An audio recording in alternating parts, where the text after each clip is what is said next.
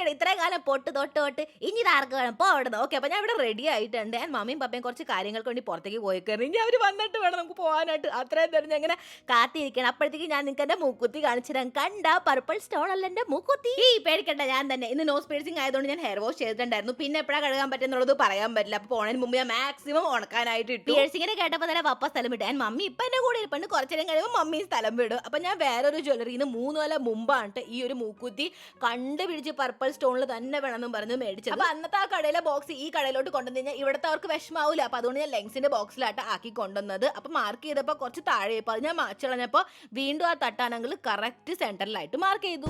ഇത് ഇങ്ങനെ കുത്തുണ്ടായിട്ട് മമ്മി ഇല്ലില്ല സാരല്ല അവിടെ ഇരിക്കുള്ളൂ. മമ്മിയുടെ എക്സ്പ്രഷൻ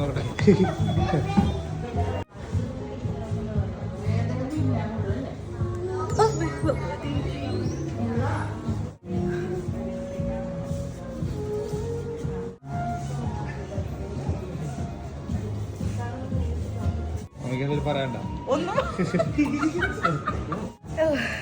കഴിഞ്ഞത് ഓക്കെ അല്ലേ?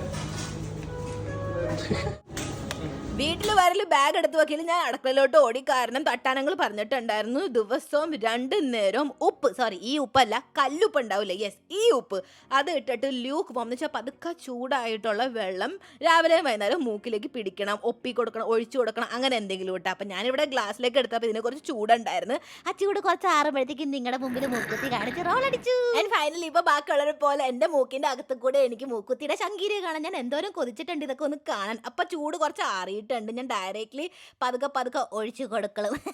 നീറിപ്പണ്ടടങ്ങിയിടേ.